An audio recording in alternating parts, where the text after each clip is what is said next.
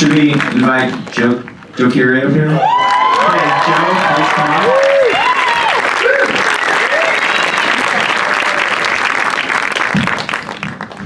What's up? Give it up for this guy. Come on. And this guy.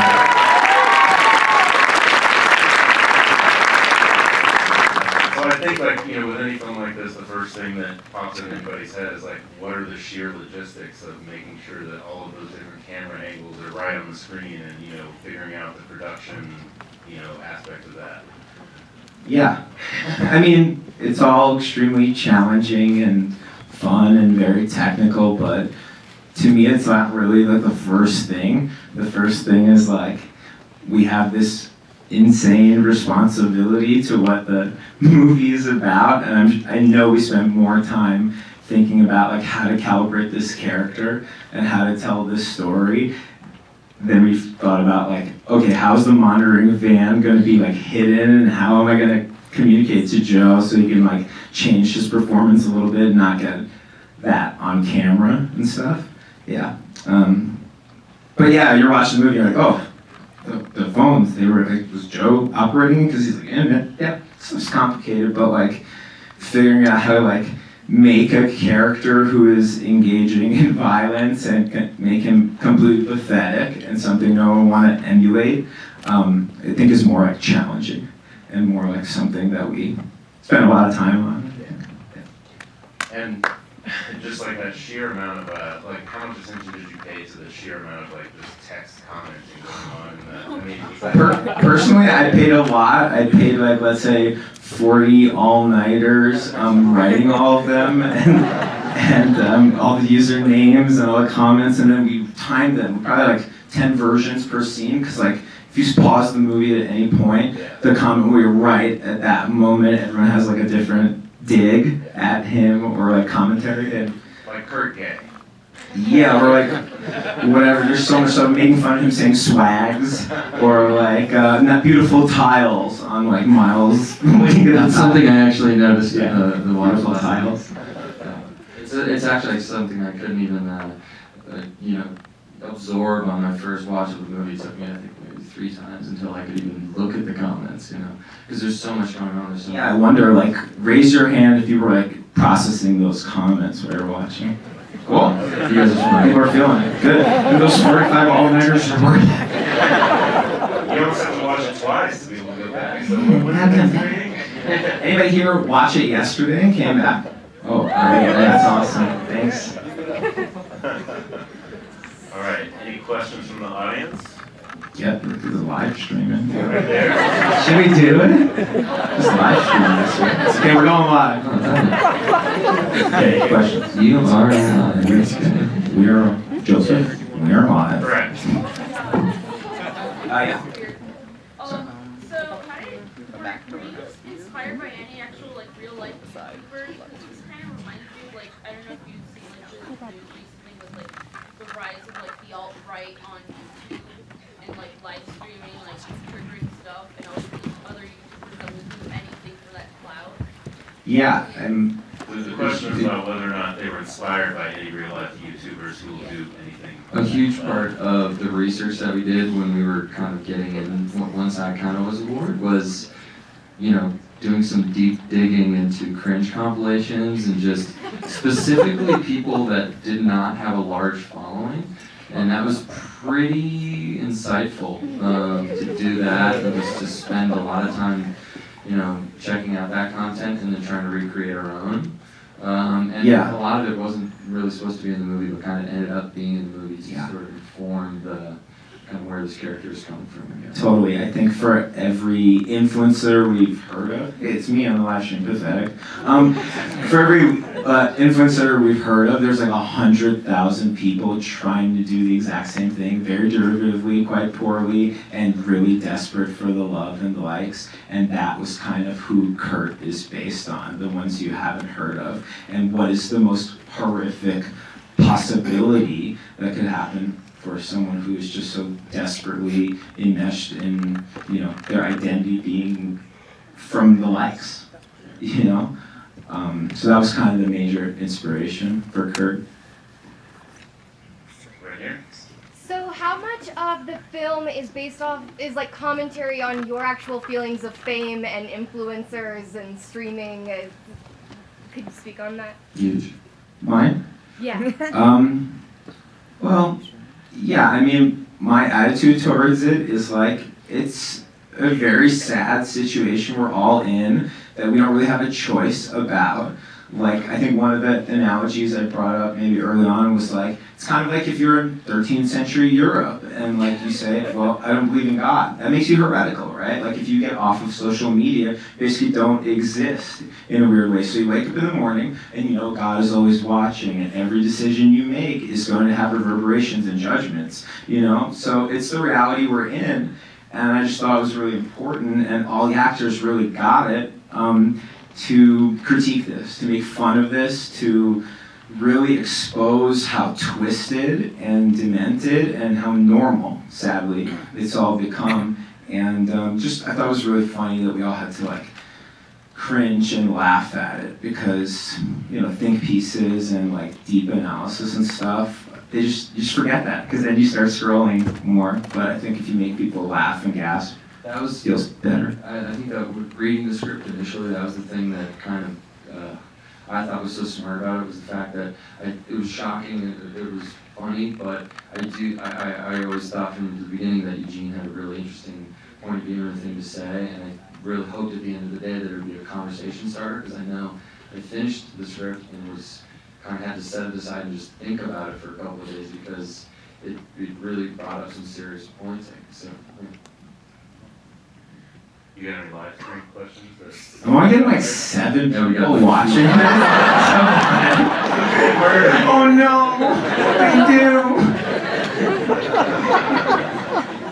Okay, it's 8. No, it's actually still 7. Last thing. There and back. Did any of this like take place on social media, for example? Because before seeing this film, I actually checked to see if the Kirk 96 app is real. And I saw like a few accounts, and I'm not sure if that's tied to you or if that's someone else. Well, I guess we'll have to wait for the movie to come out. We'll see what happens with all those accounts. Yeah, I think going back a little bit to what Joe was saying, we made so much content to kind of figure out the character and do the backstory. Joe's doing vape reviews and grocery hauls and like neighborhood drive reviews and So many. that Draw My Life thing at the beginning. The actual one, the full one, is like 25 minutes. And it became such an important tool for us to understand the movie, for the other cast and other crew. Truly is such a, and just from the point of view, the actor point of view, so amazing to just be able to, one of the great parts about filming, the way that we filmed was, day one we were having some sort of technical issue, but me and Eugene just sort of, we went to this side of this parking lot and thinking about things to filming all these videos. Well, you had this thing where you did, hopefully it'll end up like special features or something like that, where you're like, today's the day, and then you like notice your own shadow, and then you kneel and try to like touch it, and then you're like, shadows, like, what do they mean? I wish that was in the movie. But it's just really great to get, I guess, into the headspace of the character. It was like I feel like I have a pretty limited experience, but it was a true like 50-50 collaboration with Eugene. Well, it was awesome. Yeah. And Joe, you were so great, but you also had such a phenomenal cast otherwise. Oh my gosh. What was the casting process like, and how you went out to those people? Was it script?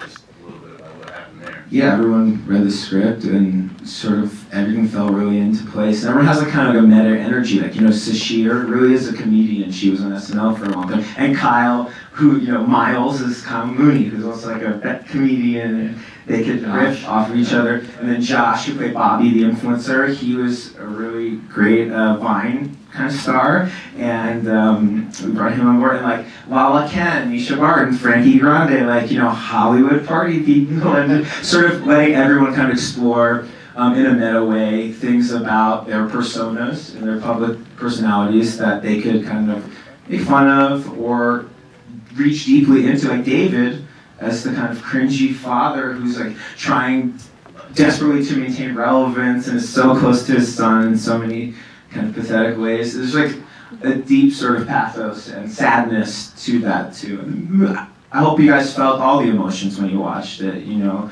the laughs and the sadness and all that stuff. And I really loved watching the movie with you guys. I was sitting here and it was really awesome. So thanks so much for coming, and tell your friends.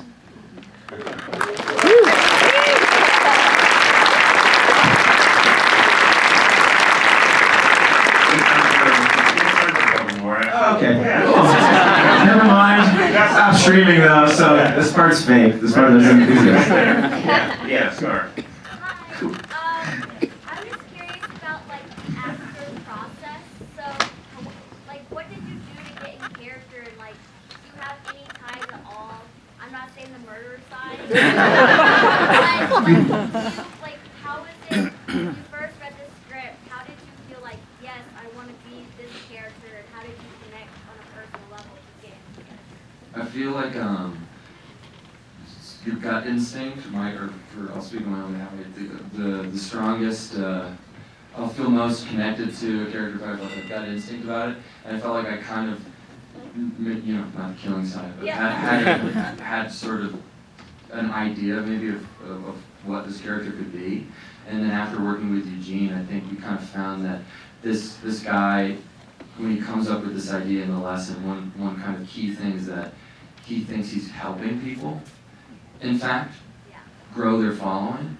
And to me, that was like a real key insight into the character, because although he's committing these horrible things and doing these, you know, horrendous things, he truly does think by sharing all this information, he truly is, in his own way, helping himself and helping other people too. So I guess that was kind of key. And then also doing these prep videos was invaluable. And then also a lot of coconut oil in the hair was the grease factor too. I mean, that was one of the major like delusional flaws of like the attention economy is that like maybe 10 years ago we all decided that like sharing our lives and everything's like a moral good. No matter what we share, there's like something inherently good about that. And then like seeing to how that devolves beyond banality into evil is partly the insight, I think, of this film and the critique of this film. And Joe and I, it was really important for us, and I don't know if we did it, but I hope we did it, made a new type of kind of evil in a way. Like, because this isn't like American Psycho or something that's too wink wink or something like Natural Born Killers where it's like just gonzo violence for some reason. It's cringy to watch this character. No one would want to emulate this behavior or this persona that Joe took on. And that was really important. You know, when I saw Joker, I was like, God, this movie's like so kind of fucking irresponsible, because it's like, oh, are you a beta? Well then, I don't know, why don't you go start killing people and you just start dancing and feeling good? And I was like, I'm so happy we didn't do that. So happy that this character maintained this like pathetic vibe that no one would really, and he really became a monster, like, you know, progressively throughout the film. I think also the last little segment, for me, each time I see it, kind of puts into perspective, like, going from the selfie that's taken, just of kind of like what this character has become at the end of this journey, and then how it goes through how irresponsibly it's kind of treated on the internet at the end of this whole process, you know. So I think that, you know, hats off to Eugene for thinking of that. Yeah, 4chan, we don't like what they do. One more. Yeah, right there. You said right here, so. Yeah. Did you like playing such a dark character, Joe? The last one, I mean, on Stranger Things, you're a good guy, so. Yeah, it's a totally new challenge for me, and it felt pretty daunting. And if I didn't have this guy, I would not be able to do it. That's for sure. Let me just say, you brought so much. Joe there's a lot of improv on this film. Joe invented all these phrases and curt-isms and all these ways of kind of digging into, I think, the viewer's relationship to this, you know, twisted psyche. And I don't want to say Kate naturally to you, but you really explored all these like very niche nooks and crannies of this character. But did you like it? I mean, I feel like you just really play into the fact that this person is really just desperate. and just playing into the desperation and all, the motive and everything that he's trying to do is kind of this second thought to just being so desperate. So, it was definitely fun to do it. But watching the movie last night, I was kind of like, damn, dude, this is like, once it's all put together, it really is a pretty dark message too. So, it's good, but it's also serious and There's it's dark, I think, because people can relate. There's a universality to that desperation. Obviously, no one here would do this, but the impulse of it, everyone can kind of understand, and that's what's scary, and that's what's dark, and that's unfortunately the reality. So, Thank you guys so much. thank you guys.